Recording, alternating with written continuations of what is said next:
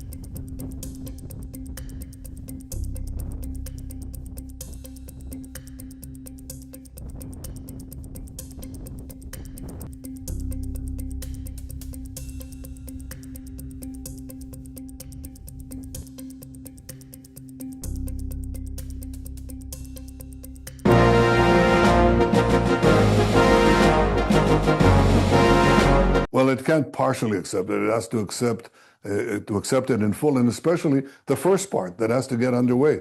That's what moves everything towards a resolution of the conflict.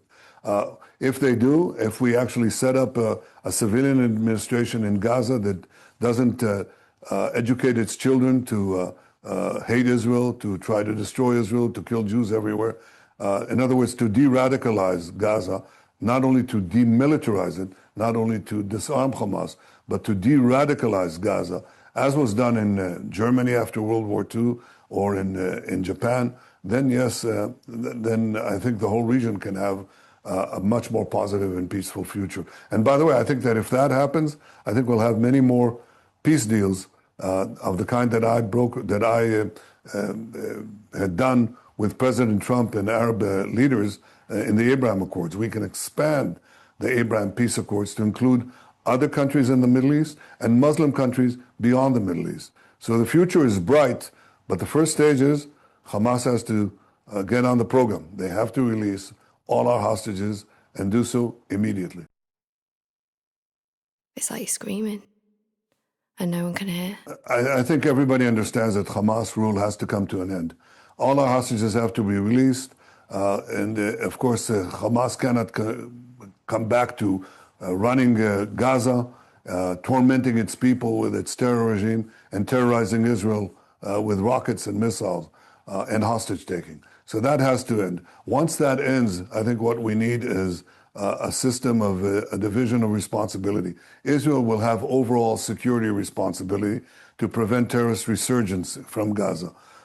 But in Gaza, we need a civilian administration that is administered not by people who are committed to Israel's destruction, but those who are committed to living peacefully with it.